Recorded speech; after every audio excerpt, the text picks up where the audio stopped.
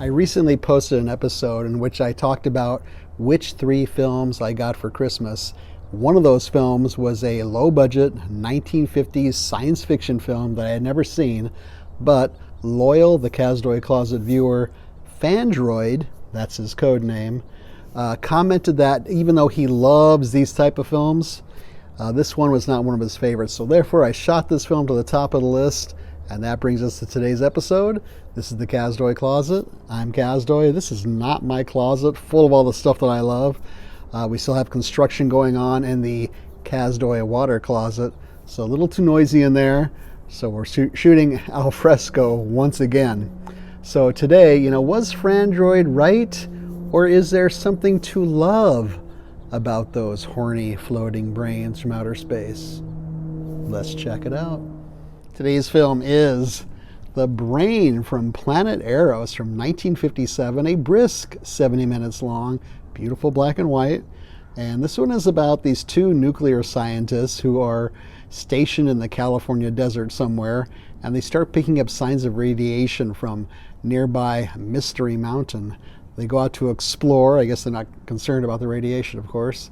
And there's an evil brain that landed there, and it takes over the mind of one of the scientists and plans to conquer Earth.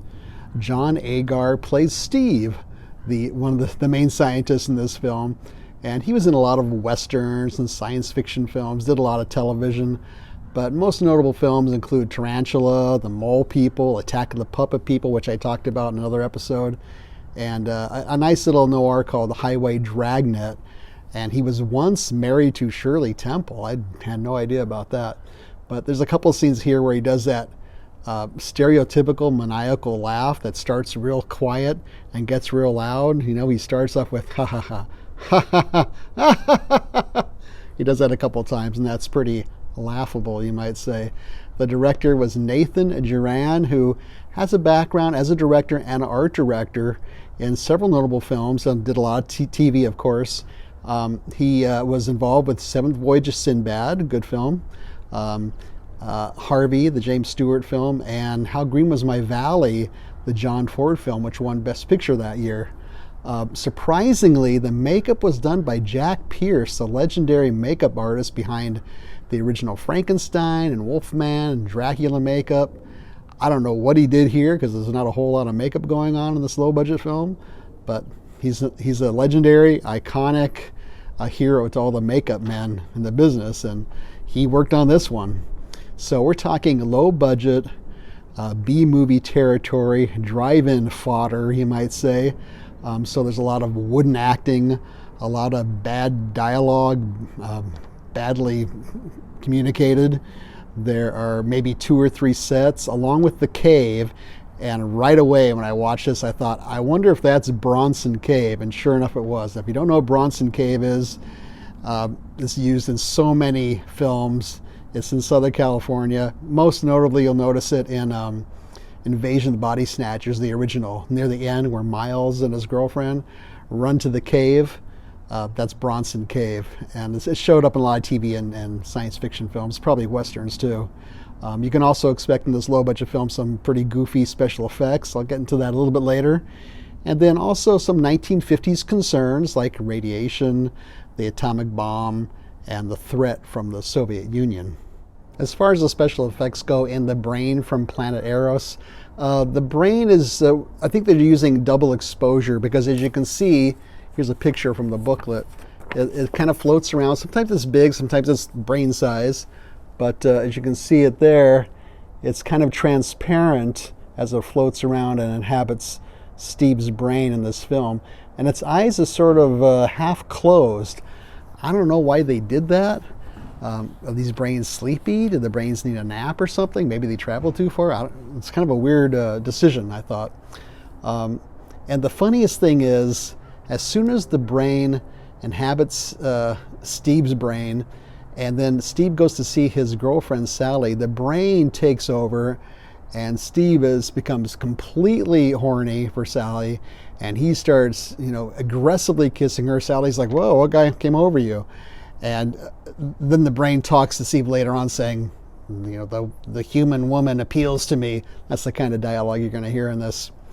And then at one point, Steve even starts tearing Sally's clothes off when they're sitting in the car watching the sunset or something, and she's taken aback, and she's wondering what happened to this guy.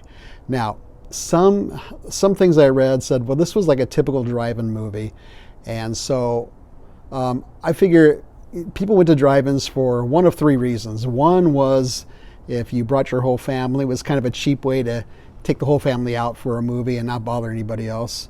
The second reason would be you and your friends want to go. You maybe put some of your friends in the trunk of the car, and then they came out later and joined you in the car, and you could get high and watch the film.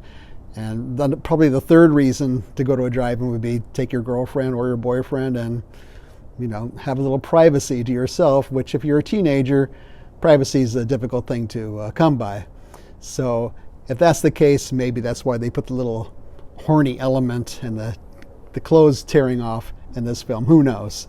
It does borrow from some other 1950s science fiction films that are far, far better than this one.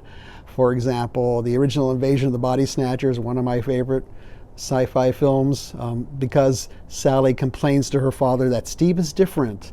It looks like him, but there's something different about him. Very similar to what they say in the Body Snatchers film. It also borrows a little bit from The Day the Earth Stood Still, which is maybe one of my top 10 favorite films, definitely top 20, and definitely one of my favorite 1950s science fiction films. And it borrows from that because when Steve is possessed by the evil brain, he wants all the representatives from the world to get together so he can demonstrate his power, similar to what happens in that film. And they also mention Hiroshima, and on The Day the Earth Stood Still, I think that was one of the catalysts for making that film, because aliens from outer space were concerned that the Earth people had too much power.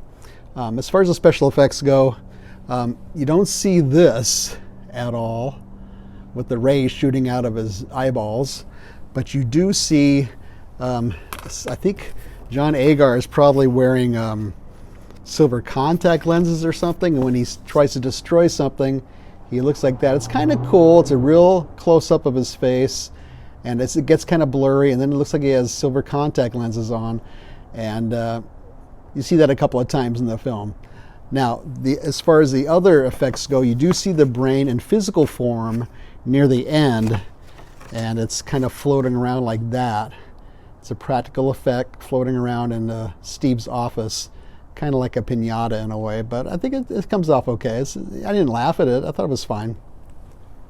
Now, when Steve is demonstrating, when the evil brain is demonstrating the powers that he has to the representatives from the world, they use real atomic bomb footage. Maybe you've seen that in classes or somewhere in documentaries, but it's that footage where they did the testing in like New Mexico desert and places like that, where they have houses just being blown away, and sometimes they put mannequins in those houses and they blew them all up, and that's the real footage, authentic footage they show as far as what the evil brain is capable of. So, overall, I think this is sort of like, think of it as an Outer Limits episode, but a little bit longer than typical. So despite all those shortcomings, I had a good time with this film for what it is. And so I'm going to give it 3.5 mountains out of 5. You thought I was going to say 3.5 brains, didn't you? That'd be a little obvious, wouldn't it? Mountains because of Mystery Mountain. So what's on this disc? This is a Film Detective disc. I've talked about them before. The picture quality here is pretty grainy. There are two different aspects you can watch it on. I watched the widescreen aspect, but the picture's pretty grainy. A couple of scratches here and there, a couple of cuts, glitches here and there. Otherwise, it's totally watchable. It's fine. There are 3 short features, about 15 minutes each. One is with Joyce Meadows, who plays Sally, and she's, of course, a much older woman now. She's kind of walking around this desert location, which is actually Chatsworth, California, and kind of using some of the equipment that looks like the equipment in the film. It's kind of goofy. She's kind of promoting the film, really. And then there are 2 short features on the director, Nathan Duran. There's also the booklet, which I showed you previously. It's about 12 pages long. It's good, very informative, but it's kind of short. And so where can you see the brain from Planet Arous? Oh, there's a commentary too, which I did not listen to. You can see this on YouTube for free. I don't know what it looks like, but it's there. You can rent it. You can try your local library. You can buy it. I would wait for a sale. Usually goes for about $19.99. I think that's a bit much unless you're a really big fan. And $12.99 I think is maybe the sweet spot there. So, The Brain from Planet Arous, there we go. Feel free to leave a commentary or a suggestion down below here. Leave a thumbs up. Don't leave a thumbs down. Subscribe would be great. Share this with your friends and neighbors. I want to give a shout out, as the kids say, to a new subscriber, Charles. Thank you, Charles, for subscribing. And of course, thank you, Fandroid, for your comment and for inspiring this episode.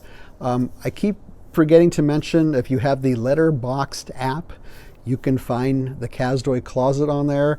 I do very, very short reviews, commentary on other films I'm watching, usually streaming stuff that I don't talk about on this channel.